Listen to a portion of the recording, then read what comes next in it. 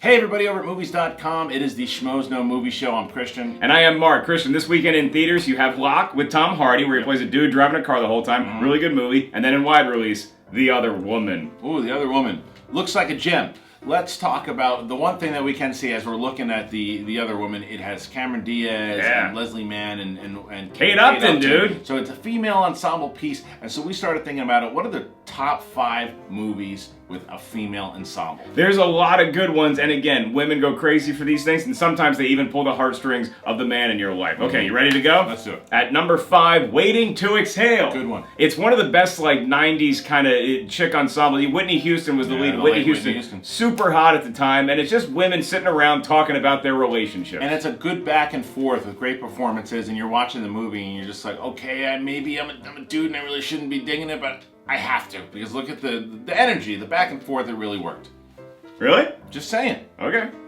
Number 4, Mean Girls, a movie that I actually really enjoy. It was written by Tina Fey. It stars I guess the late Lindsay Lohan, and Still alive. kind of. Lindsay Lohan. You had Rachel McAdams, and then the Amanda Seyfried. You have a whole bunch. You have a big cast, and this movie was clever, it was quick, it just really worked. Well, it actually shows the acting chops of both Lindsay Lohan and Rachel McAdams, because if you cast that today, obviously you probably have Rachel McAdams as the good girl and Lindsay Lohan as the evil one, but that's not the way it works. No. In this high school, Lindsay Lohan is just sweet, shy, innocent, and these girls pick on her, and then again, written by Tina Fey. Yeah, it had like a kind of Heathers feel to it, but the reason I think this movie makes it in over Heathers is that there was no Christian Slater walking around causing a bunch of mayhem. That slate is no good. No.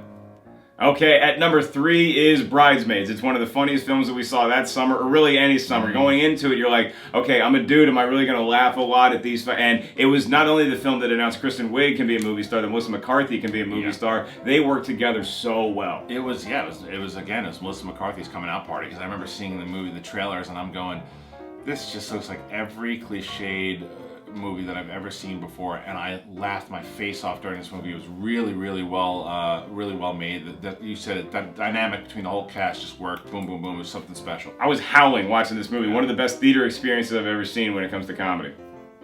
Number 2, even though it has Tom Hanks in it, it is all about the ladies in A League of Their Own, starring Gina Davis. You see, the way it works is the train moves, not the station. You got Gina Davis, you got Lori Petty, you got Rosie O'Donnell, you got Madonna, a host of hot women, and they're all playing baseball because the men are off fighting World War II. I don't think anyone ever has put Rosie O'Donnell and hot in the same thing, but we're going to get away from that and say that the movie, again, the back and forth, really great movie. The relationships between both Gina Davis and what's her Lori Petty, her Petty, sister. The back and forth between those two, it was a great piece that, again, you could be a baseball fan, you're just a good movie, you're a movie fan, you like this movie. Not only a great female ensemble, but also directed by the lovely Penny Marshall.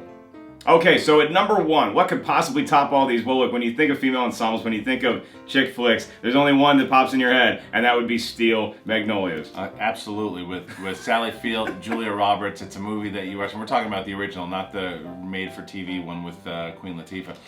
That's fine. It's fine, but it's not the one with, it's again Shirley MacLaine. It's a movie that, again, you want to see powerhouse performances. It's this movie. It's probably, if you're a dude and it's a chance between Iron Man 4 and Steel Magnolias again. You go see Iron Man 4. Right, but if you're watching this movie, you can't, as a human being watching it, the performances are out of control because of the dynamic between everybody. It will suck you in. If anybody starts turning it on, you may want to run to the other room and just watch like NFL highlights, because again, there's a woman, she's diabetic, and then she gets pregnant, and so the pregnancy could kill her because she is diabetic. And she gets a hard time from her mom, and it's a tearjerker. It is. Get your Kleenex.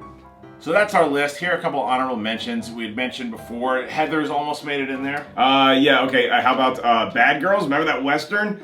Set It Off with, I believe, Queen Latifah's in that one where they rob a bunch of banks. Banditas. Wow, you've seen a lot of these. I like women. Went in groups. All right, so that is our list, the top 5 women ensembles in film history. How about you guys? What did we miss? What did we get right? Comment and tell us what you thought. And make sure you check out The Other Woman is in theaters this weekend. Locke is in theaters this weekend. And The Quiet One's a horror movie, your favorite. That's all we got for the Schmoes Know Movie Show. I am Mark. And I'm Christian. We'll see you at the movies next week. Huh?